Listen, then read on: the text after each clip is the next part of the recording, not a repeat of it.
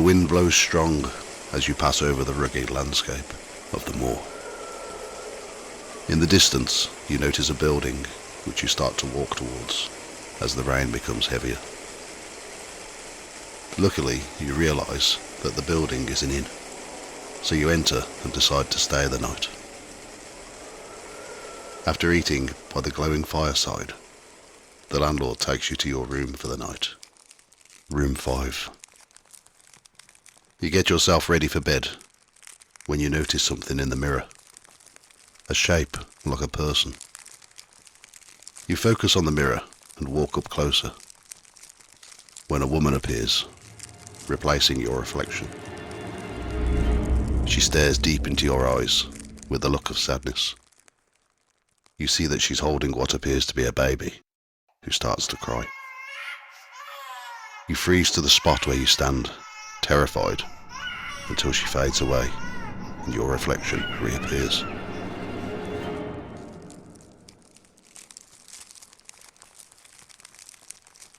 Welcome to Ghost Tales by the Fireside. I'm your host, Clem Dalloway, and this episode is about the famously haunted Jamaica Inn on Bodmin Moor in Cornwall, and Dozmary Pool, that's surrounded by some amazing myths and legends that span hundreds of years.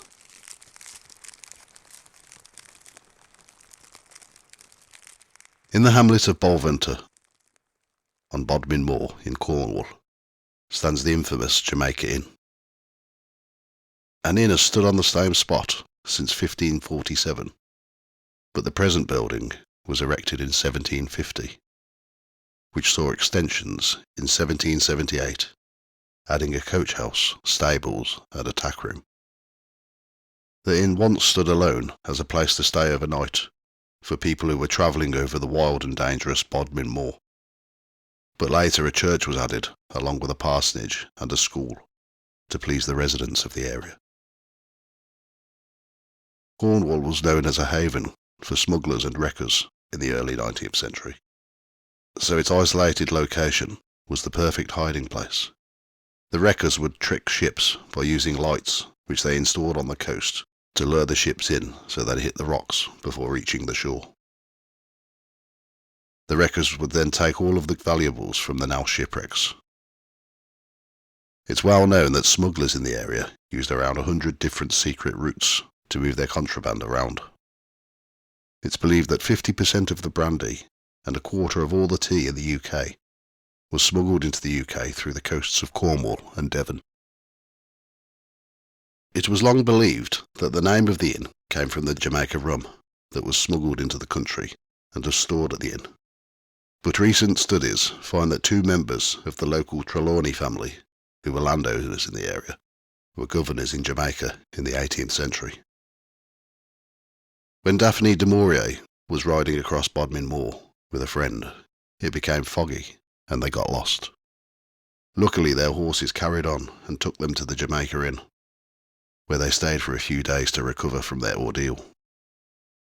While she was there, she was told ghost stories and tales of the smugglers. This is what influenced her to write her famous novel, Jamaica Inn.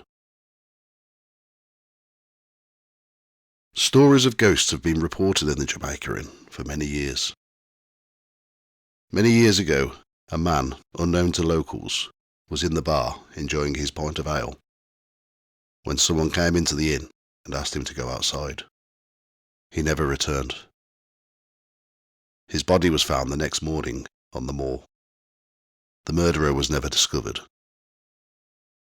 Many people since have seen a man sitting on the wall outside of the inn. The first sighting was in 1911, where someone recognised him as the murdered stranger. All over the inn, people have reported seeing dark shadows, hearing foreign voices. These are most likely to be speaking in Old Cornish. Footsteps walk along the corridors when no one is there. Cold spots are felt. Furniture gets moved with no one there. People have been touched and had their hair pulled.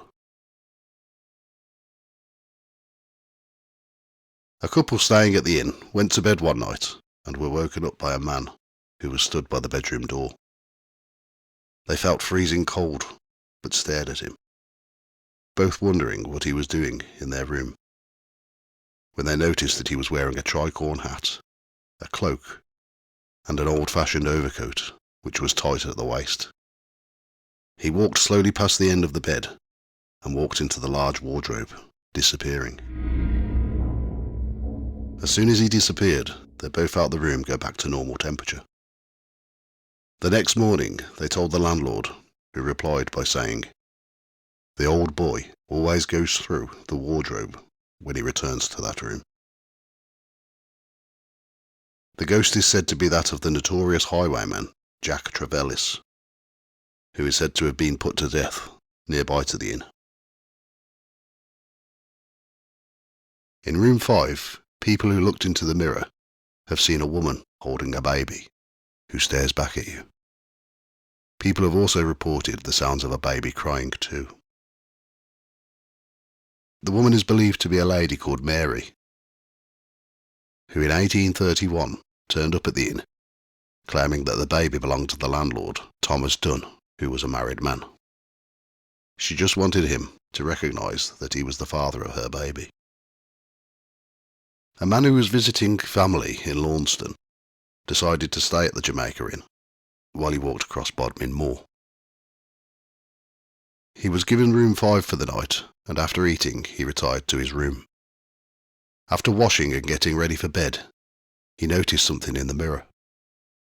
As he approached the mirror, he saw the figure of what looked like a woman, when suddenly she appeared in place of himself, looking straight into his eyes. He noticed that she was holding a baby, and she had a stern but sad look upon her face.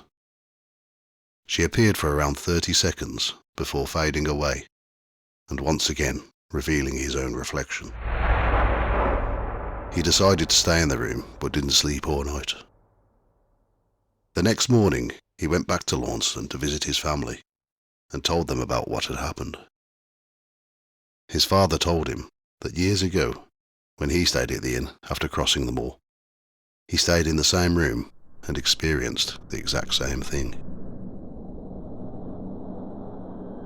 In the corridor that leads to the gift shop, staff and customers have witnessed a young girl who just stands still with her face looking towards the floor. She is known to giggle and to pull the hair of children visiting. The corridor was once an outside walkway to the church, but it's unknown who the girl is. One night, 2 friends who were staying in rooms next to each other were both waken up at 2 o'clock in the morning by the sound of horses in the courtyard. They both got up and went downstairs to see what was going on. When they opened the door, they saw a group of men on horses riding out of the courtyard. They described them as wearing long, old-fashioned coats, and their faces were covered up. The next morning, when eating breakfast, they overheard someone talking, saying that the ghosts of the smugglers were back again last night. Located about 1.5 miles to the south of the Jamaica Inn is Dozmary Pool. The pool is said to be haunted by the ghosts of men and horses who have drowned after being lost on Bodmin Moor. The name Dozmary first appeared in writing in 1170 and is believed to mean drop of sea, but it's more likely to mean pleasant drinking bowl, as in Middle English it translates to Dozmary. It is said to have been the last drinking place of the giant Gog before his death at the hands of Cornwall, the founder of Cornwall. According to the History of the Kings of Britain, written in 1136 by Geoffrey of Monmouth, Cornwall was descended from Trojan warriors. Throughout his travels across Europe, he joined Brutus, who was a descendant of a Trojan prince. Cornwall was well known for killing thousands of giants in Gaul, armed only with an axe. After he beat the giants of Gaul, Cornwall and Brutus crossed the sea to the island of Albion, which Brutus renamed after himself, Britain. Cornwall settled in Cornwall, which was inhabited by giants. Brutus and his army had killed most of the giants, but they saved their leader, Gogmagog, so that he could wrestle with Quirinius. The fight lasted hours, until Quirinius had 3 ribs broken by the giant. In a fit of rage, Quirinius picked up the giant and threw him from the edge of the cliff into the sea, hitting the craggy rocks on the way down, tearing him into pieces. Quirinius became the first legendary leader of Cornwall and is said to have lived at St. Michael's Mount. The most famous legend associated with Dozmary Pool is that of the Lady of the Lake, who took the sword Excalibur from King Arthur. After King Arthur's last battle, the Battle of Camlan, he ordered Sir Bedivere to throw the sword Excalibur into Dozmary Pool. He took the sword away, but hid it, and then returned to Arthur. The king asked Bedivere what he had seen, and he replied saying, "Nothing, all I saw was ripples across the pool." Arthur knew straight away that he hadn't thrown the sword in, and demanded that he carried out his orders. Sir Bedivere took the sword and once again hid it. This time, when he returned back to Arthur, he told the same story as before. The king was enraged. He ordered him to throw the sword into the pool, otherwise he would do it himself and in the process kill Sir Bedivere with his bare hands, even though the king was mortally wounded. This time Sir Bedivere took the sword to the pool and threw it in. Before Excalibur could touch the water, a hand reached up from beneath the water and caught the sword, and shook it 3 times and then took it down into the depths of the pool. It had returned back to the Lady of the Lake. A much older legend that could be the origins of the Lady of the Lake is that of the old storm woman, who is said to live in the depths of Dozmary Pool. It's said that she stirs up the water and creates a powerful wind that she casts out in anger over Bodmin Moor.